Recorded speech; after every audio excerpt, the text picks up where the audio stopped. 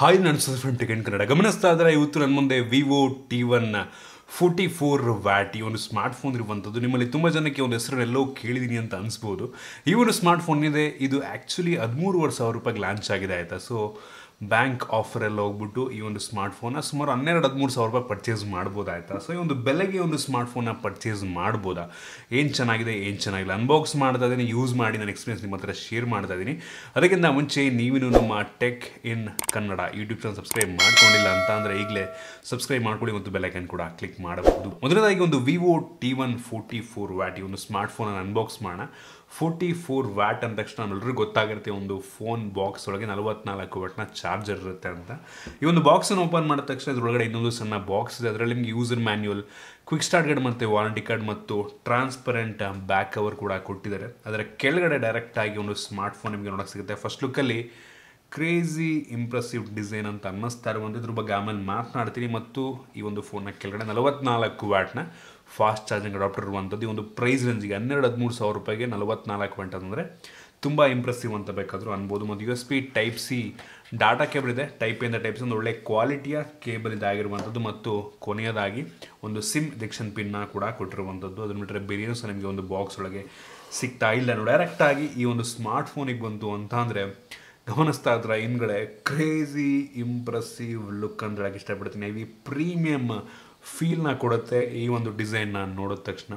ಈ ಒಂದು smart phone ಸುಮಾರು 182 ಗ್ರಾಮ್ ವೇಟ್ ಇರುವಂಥದ್ದು ಮತ್ತು 8.4 mm ಥಿಕ್ನೆಸ್ಸನ್ನು ಹೊಂದಿರುವಂಥದ್ದು. ಈ ಒಂದು ಫೋನ್ನ ಫ್ರಂಟಲ್ಲಿರುವಂಥದ್ದು ಗ್ಲಾಸು ಸ್ಕಾಚ್ ಗ್ಲಾಸ್ ಅಂತಾರೆ ಆಯಿತಾ. ಆಲ್ರೆಡಿ ಅವರೇ ಸ್ಕ್ರೀನ್ ಗಾರ್ಡ್ ಹಾಕಿದರೆ. ಸೊ ಒಂದು ಒಳ್ಳೆ ವಿಷಯ. ಮುಂದ್ಗಡೆ ನಿಮಗೆ ಟಿಯರ್ ಡ್ರಾಪ್ ನಾಟ್ ಸಿಗ್ತಾ ಇರುವಂಥದ್ದು, ಪಂಚೋಲ್ ಕ್ಯಾಮ್ರಾ ಕೊಟ್ಟಿದ್ರೆ ತುಂಬ ಚೆನ್ನಾಗಿರ್ತಾ ಇತ್ತು. ಬೆಸಲ್, ಬಾಟಮ್ ಬೆಸಲ್ ಸ್ವಲ್ಪ ದೊಡ್ಡದಾಗಿದೆ. ಅದನ್ನ ಬಿಟ್ಟರೆ ಎಲ್ಲ ಕಡೆ ಕಡಿಮೆ ಇರುವಂಥದ್ದು. ಫ್ರಂಟಿಂದ ತುಂಬ ನಾರ್ಮಲ್ ಲುಕಿಂಗ್ ಫೋನು. ಇನ್ನು ಹಿಂದಕ್ಕೆ ಬಂತು ಅಂತ ಅಂದರೆ ನೋಡೋದಕ್ಕೆ ಇದು ಗ್ಲಾಸ್ ಬ್ಯಾಕ್ ರೀತಿ ಕಾಣುತ್ತೆ. ಇದೊಂದು ಪ್ಲಾಸ್ಟಿಕ್ ಬ್ಯಾಕ್ ಆಗಿರುವಂಥದ್ದು ಆಯಿತಾ. ನೋಡೋದಕ್ಕೆ ಮಾತ್ರ ಗ್ಲಾಸ್ ಅನಿಸುತ್ತೆ. ಒಂದು ರೀತಿ ಡಿಫ್ರೆಂಟ್ ಟೆಕ್ಸ್ಚರ್ ನಿಮಗೆ ಸಿಗ್ತಾ ಇರುವಂಥದ್ದು. ಗ್ರೇಡಿಯಂಟ್ ಕಲರ್ ಒಂದು ತುಂಬ ಡಿಫ್ರೆಂಟ್ ಆಗಿದೆ. ಒಂದೊಂದು ಆ್ಯಂಗಲಲ್ಲಿ ಒಂದೊಂದು ಥರ ಕಾಣುತ್ತೆ. ಸಖತ್ತು ಇಂಪ್ರೆಸ್ ಮಾಡೋದು, ಸಖತ್ತು ಪ್ರೀಮಿಯಂ ಫೀಲ್ನ ಕೊಡುತ್ತೆ. ಈ ಒಂದು ಫೋನ್ನ ಹಿಂದ್ಗಡೆ ನಿಮಗೆ ಟ್ರಿಪಲ್ ಕ್ಯಾಮ್ರಾ ಸೆಟಪ್ ಇದೆ ಮತ್ತು ಡ್ಯುಯಲ್ LED ಫ್ಲ್ಯಾಶ್ ಇರುವಂಥದ್ದು. ಯಾವುದೇ ಫಿಂಗರ್ ಪ್ರಿಂಟ್ ಸೆನ್ಸರ್ ಈ ಒಂದು ಫೋನ್ನ ಹಿಂದ್ಗಡೆ ಇಲ್ಲ. ಸೊ ನಮಗೆ ಗೊತ್ತಾಗ್ತಿರುವಂಥದ್ದು ಈ ಒಂದು ಫೋನಲ್ಲಿ ಇನ್ ಡಿಸ್ಪ್ಲೇ ಫಿಂಗರ್ ಪ್ರಿಂಟ್ ಸೆನ್ಸರ್ ಇದೆ ಅಂತ. ಸೊ ನಮಗೆ ಗೊತ್ತಾಗ್ತಿರುವಂಥದ್ದು ಈ ಒಂದು ಫೋನಲ್ಲಿ ಅಮೋಲೆಡ್ ಡಿಸ್ಪ್ಲೇ ಇದೆ ಅಂತ. ಅಮೋಲೆಡ್ ಡಿಸ್ಪ್ಲೇ ಇದ್ರೆ ಮಾತ್ರ ಒಂದು ಫೋನಿಗೆ ಇನ್ ಡಿಸ್ಪ್ಲೇ ಫಿಂಗರ್ ಪ್ರಿಂಟ್ ಸೆನ್ಸರ್ ಹಾಕೋದಕ್ಕೆ ಸಾಧ್ಯ. ಒಂದು ಒಳ್ಳೆ ವಿಷಯ ಅಂತೀನಿ. ಮತ್ತು ಈ ಒಂದು ಫೋನಲ್ಲಿರುವಂಥ ಫ್ರೇಮ್ ಪ್ಲಾಸ್ಟಿಕ್ ಫ್ರೇಮು. ಇದರಲ್ಲಿ ನಿಮಗೆ USB Type-C ಪೋರ್ಟ್ ಇದೆ, 3.5 ಹೆಡ್ಫೋನ್ ಜಾಕ್ಸ್ ಇರುವಂಥದ್ದು ಮತ್ತು ಡೆಡಿಕೇಟೆಡ್ SD ಕಾರ್ಡ್ ಸ್ಲಾಟ್ ಕೂಡ ಇದೆ. ಓವರಾಲ್ ಈ ಒಂದು ಫೋನ್ನ ಡಿಸೈನ್ ಮತ್ತು ಬಿಲ್ಡ್ ಕ್ವಾಲಿಟಿ ಒಂದು ಪ್ರೈಸ್ ರೇಂಜಿಗೆ ಒಂದು ಲೆವೆಲಿಗೆ ಇಂಪ್ರೆಸಿವ್ ಅಂತ ಹೇಳಕ್ಕೆ ಇಷ್ಟಪಡ್ತೀನಿ ಆಯಿತಾ. ಮುಂದ್ಗಡೆ ಒಂದು ಪಂಚೋಲ್ ಕೊಟ್ಟಿದ್ದು ತುಂಬ ಚೆನ್ನಾಗಿರ್ತಾ ಇತ್ತು. ಏನಕ್ಕೆಂದರೆ ಯೂಶಲಿ ಈ ಒಂದು ಬೆಲೆಗೆ ಯಾರೂ ಕೂಡ ಗ್ಲಾಸ್ ಬ್ಯಾಕ್ ಕೊಡೋದಿಲ್ಲ, ಮೆಟಾಲಿಕ್ ಫ್ರೇಮ್ ಅಂತೂ ಯಾರೂ ಕೊಡೋದೇ ಇಲ್ಲ. ಸೊ ಅದರಿಂದ ನೋಡೋದಕ್ಕೆ ಹೋದರೆ ಲುಕ್ ವೈಸ್ ಅಂತೂ ಸಖತ್ತು ಪ್ರೀಮಿಯಮ್ ಅನಿಸುತ್ತೆ. ಸೊ ಆ ಒಂದು ಕಾರಣಕ್ಕೆ ಈ ಒಂದು ಪ್ರೈಸ್ ರೇಂಜಿಗೆ ಒಂದು ಒಳ್ಳೆಯ ಡಿಸೈನ್ ಮತ್ತು ಬಿಲ್ಡ್ ಅಂತ ಹೇಳಕ್ಕೆ ಇಷ್ಟಪಡ್ತೀನಿ. ಇನ್ನು ಡಿಸ್ಪ್ಲೇ ಬಗ್ಗೆ ಮಾತನಾಡಬೇಕಂತ ಅಂದರೆ ಒಂದು ಫೋನಲ್ಲಿ 6.44 ಇಂಚಿನ ಫುಲ್ HD+ ರೆಸೊಲ್ಯೂಷನ್ ಹೊಂದಿರುವಂಥ ಅಮೋಲೆಡ್ ಡಿಸ್ಪ್ಲೇ ಇದೆ. ಒಂದು ತುಂಬ ಇಂಪ್ರೆಸಿವ್ ವಿಷಯ ಈ ಒಂದು ಪ್ರೈಸ್ ರೇಂಜಿಗೆ. ಆದರೆ ಈ ಒಂದು ಡಿಸ್ಪ್ಲೇ ಕೇವಲ 60 ಹರ್ಟ್ಸ್ನ ರಿಫ್ರೆಶ್ ರೇಟನ್ನು ಹೊಂದಿರುವಂಥದ್ದು. ಒಂದೇನಪ್ಪ ಅಂದರೆ 180 ಹರ್ಟ್ಸ್ನ ಟಚ್ ಸ್ಯಾಂಪಲಿಂಗ್ ರೇಟ್ ಕೊಟ್ಟಿದ್ದಾರೆ. ಸೊ ಗೇಮಿಂಗಿಗೆ ಯೂಸ್ ಆಗುತ್ತದು, ಅದೊಂದು ಒಳ್ಳೆ ವಿಷಯ. ಬಟ್ ರಿಫ್ರೆಶ್ ರೇಟು 60 ಹರ್ಟ್ಸ್, ಅದೊಂದು ಬೇಜಾರಾಗುವಂಥ ವಿಷಯ. ಬಟ್ ಅಮೋಲೆಡ್ ಕೊಟ್ಟು ಕಾಂಪನ್ಸೇಟ್ ಮಾಡಿದರೆ ಒಂದು ಪ್ರೈಸ್ ರೇಂಜಿಗೆ ಈ ಒಂದು ಡಿಸ್ಪ್ಲೇ ಒಂದು ಲೆವೆಲಿಗೆ ಬ್ರೈಟ್ ಆಗಿದೆ, ವ್ಯೂಯಿಂಗ್ ಆಂಗಲ್ ಚೆನ್ನಾಗಿರುವಂಥ ಡಿಸ್ಪ್ಲೇ, ಕ್ಲಾರಿಟಿ ತುಂಬ ಚೆನ್ನಾಗಿದೆ ಅಂತ. ಸೊ ಒಂದು ಬೆಲೆಗೆ ಓಕೆ ಅಂತೀನಿ. ಇನ್ನು ವೇರಿಯಂಟ್ಗಳ ಬಗ್ಗೆ ಮಾತನಾಡಬೇಕಂತ ಅಂದರೆ ಸದ್ಯಕ್ಕೆ ಒಂದು ಫೋನ್ 3 ವೇರಿಯಂಟಲ್ಲಿ ಲಾಂಚ್ ಆಗ್ತದೆ. 4 GB RAM, 128 GB storage, 6 GB RAM, 128 GB storage ಮತ್ತು ಇನ್ನೊಂದು 8 GB ರ್ಯಾಮ್ ಮತ್ತು 128 GB ಸ್ಟೋರೇಜ್ ಇರುವಂಥ ರ್ಯಾಮ್ ಬಂದ್ಬಿಟ್ಟು LPDDR4X ರ್ಯಾಮ್ ಮತ್ತು ಸ್ಟೋರೇಜ್ ಬಂದ್ಬಿಟ್ಟು UFS 2.2 ಸ್ಟೋರೇಜ್. ಈ ಒಂದು ಬೆಲೆಗೆ ತುಂಬ ಇಂಪ್ರೆಸಿವ್ ಅಂತೀನಿ. UFS 2.2 ಸ್ಟೋರೇಜನ್ನು ಕೊಟ್ಟಿರುವಂಥದ್ದು. ಅದು 12-13 ರೂಪಾಯಿಗೆ ಸಖತ್ ಇಂಪ್ರೆಸಿವ್. ಆಲ್ಮೋಸ್ಟ್ ಯಾವ ಫೋನ್ ತೊಗೊಂಡ್ರು ಕೂಡ ನಿಮಗೆ ರ್ಯಾಮ್ ಯೂಶಲಿ LPDDR4X ರ್ಯಾಮೇ ಕೊಡ್ತಾರೆ ಒಂದು ಬೆಲೆಗೆ. ಸೊ ರ್ಯಾಮ್ ಸ್ಟೋರೇಜ್ ಸೂಪರ್ ಅಂತೀನಿ. ಇನ್ನು ಈ ಒಂದು ಫೋನ್ನ ಪ್ರೊಸೆಸರ್ ಬಗ್ಗೆ ಮಾತನಾಡಬೇಕಂತ ಅಂದರೆ ಈ ಒಂದು ಫೋನಲ್ಲಿ ಸ್ನ್ಯಾಪ್ಡ್ರ್ಯಾಗನ್ 680 4G ಪ್ರೊಸೆಸರ್ ಇರುವಂಥದ್ದು. 6 ನ್ಯಾನೋಮೀಟರ್ ಟೆಕ್ನಾಲಜಿಗೆ ಬಿಲ್ಡ್ ಆಗಿರುವಂಥ ಪ್ರೊಸೆಸರ್ ಆಯಿತು. ನಾನು ಅಂಥದ್ದು ಬೆಂಚ್ ಮಾರ್ಕ್ ಚೆಕ್ ಮಾಡೋದಂಗೆ ಸುಮಾರು 2,80,000 ತನಕ ರೇಟಿಂಗನ್ನು ಕೊಡಬಲ್ಲಂಥ ಸಾಮರ್ಥ್ಯನ ಹೊಂದಿರುವಂಥದ್ದು. ಇದು ಒಂದು ಬೆಲೆಗೆ 13,000 ರೂಪಾಯಿಗೆ ನಿಮಗೆ ಆರಾಮಾಗಿ 5G ಪ್ರೊಸೆಸರ್ ಕೂಡ ಸಿಗುತ್ತೆ. ಸೊ ಹಂಗಂತ 5G ಇದೆ ಅಂತ ಉಳಿದಕ್ಕೆ ಹೋಗ್ಬಿಡಿ ಯಾವ ಫೋನು ಕೂಡ. ಸೊ ಬೇರೆ ಸ್ಪೆಸಿಫಿಕೇಶನ್ ಎಲ್ಲ ನೋಡ್ಕೊಂಡು ತೊಗೊಬೇಕಾಗುತ್ತೆ. ಆ ಒಂದು 5G ಫೋನ್ ಕೂಡ ಆಲ್ಮೋಸ್ಟ್ ಸಿಮಿಲರ್ ಪರ್ಫಾರ್ಮೆನ್ಸನ್ನೇ ಕೊಡುತ್ತೆ. ಅದು ಏನು ಹೆವಿ ಇಲ್ಲ. 5G ಅಂದ್ಬಿಟ್ರೆ ಪರ್ಫಾರ್ಮೆನ್ಸ್ ಆಲ್ಮೋಸ್ಟ್ ಸೇಮ್ ಇರುತ್ತೆ. ನಾನು BGMI ಚೆಕ್ ಮಾಡೋದು ನನಗೆ ಹೈ ಸೆಟ್ಟಿಂಗಲ್ಲಿ ಆಡ್ಕೊಬೋದು. ಫೋನ್ ನಂಗೆ ಗೇಮ್ ಆಡ್ಬೇಕಾದ್ರೆ ಎಲ್ಲೂ ಕೂಡ ಅಷ್ಟೊಂದು ಲ್ಯಾಗ್ ಆಗುತ್ತೆ ಅಂತ ಅನಿಸಿಲ್ಲ. ಆಬ್ವಿಯಸ್ಲಿ ಹೆವಿ ಜಾಸ್ತಿ ಎಕ್ಸ್ಪೆಕ್ಟೇಷನ್ ಇಟ್ಕೊಳ್ಳೋದಕ್ಕೂ ಆಗೋದಿಲ್ಲ ಒಂದು ಬೆಲೆಗೆ, ಆಯಿತಾ. ಸೊ ಆಲ್ಮೋಸ್ಟ್ ಎಲ್ಲ ಅಪ್ಲಿಕೇಶನ್ ಆರಾಮಾಗಿ ಸ್ಮೂತಾಗಿ ರನ್ ಮಾಡ್ಬೋದು. ಗೇಮ್ಸ್ ಕೂಡ ಆಲ್ಮೋಸ್ಟ್ ಎಲ್ಲ ಕೂಡ ಒಂದು ಲೆವೆಲ್ಗೆ ಮಿಡ್ ಸೆಟ್ಟಿಂಗಲ್ಲಿ ಆಡ್ಕೊಬೋದು, ಏನು ತೊಂದರೆ ಇಲ್ಲ, ಆಯಿತಾ. ಒಂದೇ ತಲೆ ಇಟ್ಕೊಳ್ಳಿ, ಆಯಿತಾ. 5G ಏನಕ್ಕೆ ಇನ್ನೊಂದು 2-3 ತಿಂಗಳಲ್ಲಿ 5G ಸ್ಪೆಕ್ಟ್ರಮ್ ಬಿಡ್ಡಿಂಗ್ ಆಗುತ್ತೆ. ಅದಾದ ನಂತರ ಮೋಸ್ಟ್ಲಿ ಒಂದು 6 ತಿಂಗಳೊಳಗೆ ನಮ್ಮ ಭಾರತಕ್ಕೆ 5G ಬಂದರೂ ಬರ್ಬೋದು. ಹಂಗಂತ 4G ಎಲ್ಲೂ ಹೋಗ್ಬಿಡಲ್ಲ, 4G ಕೂಡ ಇರುತ್ತೆ. ಸೊ 4G ಇನ್ನೂ ಒಂದು 3-4 ವರ್ಷ ಎಲ್ಲೂ ಹೋಗಲ್ಲ. ಸೊ ಅದರಿಂದ ತಲೆಕೆಡಿಸ್ಕೊಬಿಡಿ, 4G ಫೋನ್ ಈಗಲೂ ಕೂಡ ನಾವು ಪರ್ಚೇಸ್ ಮಾಡಬಹುದು. ಸೊ ಒಂದು ಪ್ರೋಸೆಸರ್ ಚೆನ್ನಾಗಿದೆ, ನನಗೆ ಒಂದು ಲೆವೆಲ್ಗೆ ಇಂಪ್ರೆಸ್ ಮಾಡ್ತೀವಿ. ಒಂದು ಬೆಲೆಗೆ ಒಂದು ಒಳ್ಳೆ ಪ್ರೋಸೆಸರ್ ಅಂತ ಹೇಳಕ್ಕೆ ಇಷ್ಟಪಡ್ತೀನಿ. ಇನ್ನು ಈ ಒಂದು ಫೋನ್ನ ಕ್ಯಾಮ್ರಾ ಬಗ್ಗೆ ಮಾತನಾಡಬೇಕಂತ ಅಂದರೆ, ಈ ಒಂದು ಫೋನಲ್ಲಿ ರೇರಲ್ಲಿ ಟ್ರಿಪಲ್ ಕ್ಯಾಮ್ರಾ ಇರುವಂಥದ್ದು. ಇದರಲ್ಲಿ ಮೇನ್ ಸೆನ್ಸರ್ ಬಂದುಬಿಟ್ಟು 50 ಮೆಗಾಪಿಕ್ಸೆಲ್ನ 1.8 ಅಪರ್ಚರ್ನ ಹೊಂದಿರುವಂಥ ಸೆನ್ಸರ್. ಇದು ತೆಗೆಯುವಂಥ ಫೋಟೋ ಒಂದು ಲೆವೆಲ್ಗೆ ಚೆನ್ನಾಗಿದೆ, ಒಂದು ಬೆಲೆಗೆ ತಕ್ಕ ರೀತಿಯಲ್ಲಿದೆ ಅಂತ ಅನಿಸ್ತು ನನಗೆ. ಡೇ ಲೈಟಲ್ಲಿ ಕೂಡ ಒಂದು ಒಳ್ಳೆ ಅಕ್ರಿಸ್ ಫೋಟೋ ಪ್ರೊಡ್ಯೂಸ್ ಮಾಡುತ್ತೆ. ಬಟ್ ಫೋಟೋ ಕ್ಲಾರಿಟಿ ನಂಗೆ ಒಂದು ಲೆವೆಲ್ಗೆ ಇಷ್ಟ ಆಯಿತು. ಒಂದು ಬೆಲೆಗೆ ಆಲ್ಮೋಸ್ಟ್ ಯಾವ ಫೋನ್ ತೊಗೊಂಡ್ರು ಕೂಡ ಸಿಮಿಲರ್ ಫೋಟೋ ಕ್ಲಾರಿಟಿಯನ್ನು ನೀಡುತ್ತೆ. ಮತ್ತು ಅದನ್ನು ಬಿಟ್ಟು ಇನ್ನೂ 2 ಸೆನ್ಸರ್ನ ಕೊಟ್ಟಿದ್ದಾರೆ. 2 ಮೆಗಾಪಿಕ್ಸೆಲ್ ಒಂದು ಮ್ಯಾಕ್ರೋ ಲೆನ್ಸು, ಇನ್ನೊಂದು 2 ಮೆಗಾಪಿಕ್ಸೆಲ್ ಒಂದು ಡೆಪ್ತ್ ಸೆನ್ಸರ್. ಮಾಡೋಕ್ಕೆ ಕೆಲಸ ಇಲ್ಲ, ಸುಮ್ಮನೆ ಕೊಡ್ತಾರೆ, ಆಯಿತಾ. ಅಷ್ಟೊಂದು ಮ್ಯಾಕ್ರೋ ಇದೆ ಅಂತ ಅನ್ನಿಸ್ತಿಲ್ಲ ಆ ಒಂದು ಸೆನ್ಸರ್. ಮತ್ತು ಡೆಪ್ತ್ ಸೆನ್ಸರ್ ಬ್ಯಾಕ್ಗ್ರೌಂಡ್ ಬ್ಲರ್ ಮಾಡೋದಕ್ಕೆ ಕೊಡ್ತಾರೆ. ಸೊ ರೇರ್ ಕ್ಯಾಮ್ರಾ ಈ ಒಂದು ಬೆಲೆಗೆ ತಕ್ಕ ರೀತಿಯಲ್ಲಿದೆ. ಅಲ್ಟ್ರಾ ವೈಡ್ ಆಂಗಲ್ ಲೆನ್ಸ್ ಕೊಟ್ಟಿರೋದು ತುಂಬ ಚೆನ್ನಾಗಿರ್ತದೆ, ಬಟ್ ಅವ್ರು ಕೊಟ್ಟಿಲ್ಲ. ಇನ್ನು ಫ್ರಂಟ್ ಕ್ಯಾಮ್ರಾ ಬಂತು ಅಂತಂದರೆ, ಒಂದು ಫೋನಲ್ಲಿ 16 ಮೆಗಾಪಿಕ್ಸೆಲ್ನ ಫ್ರಂಟ್ ಕ್ಯಾಮ್ರಾ ಇರುವಂಥದ್ದು. ಇದು ತೆಗೆಯುವಂಥ ಫೋಟೋ ನನಗೆ ಒಂದು ಲೆವೆಲ್ಗೆ ಇಂಪ್ರೆಸ್ ಮಾಡ್ತು. ಕ್ಲಾರಿಟಿ ತುಂಬ ಚೆನ್ನಾಗಿದೆ. ಇದು ಕೂಡ ಬೆಲೆಗೆ ತಕ್ಕ ರೀತಿಯಲ್ಲಿದೆ ಅಂತ ಎಲ್ಲೂ ಇದರಲ್ಲಿ ಕಾಂಪ್ರಮೈಸ್ ಮಾಡೋದು ಅನಿಸಿಲ್ಲ. ಆಲ್ಮೋಸ್ಟ್ ಯಾವ ಫೋನ್ ತೊಗೊಂಡ್ರು ಕೂಡ ನಮಗೆ ಸಿಮಿಲರ್ ಫೋಟೋ ಕ್ವಾಲಿಟಿ ಸಿಗುತ್ತೆ, ಚೆನ್ನಾಗಿದೆ. ಒಟ್ಟಿಗೆ ಒಂದು ಲೆವೆಲ್ಗೆ ಇಷ್ಟ ಆಯಿತು.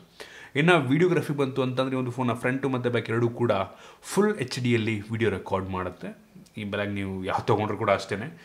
4K ಕೆಲವೊಂದು ಫೋನ್ಗಳಲ್ಲಿ ಸಿಗುತ್ತೆ, ಬಟ್ ಅವ್ರು ಜಸ್ಟ್ ಅಪ್ಸ್ಕೇಲ್ ಮಾಡಿರ್ತಾರೆ ಅಷ್ಟೇ, ಇನ್ನೂ ಇಲ್ಲ. ಓವರಾಲ್ ಕ್ಯಾಮ್ರಾ ಈ ಒಂದು ಪ್ರೈಸ್ ರೇಂಜಿಗೆ ಓಕೆ ಅಂತೀನಿ, ಚೆನ್ನಾಗಿದೆ, ಒಂದು ಲೆವೆಲ್ಗೆ ಪರವಾಗಿಲ್ಲ.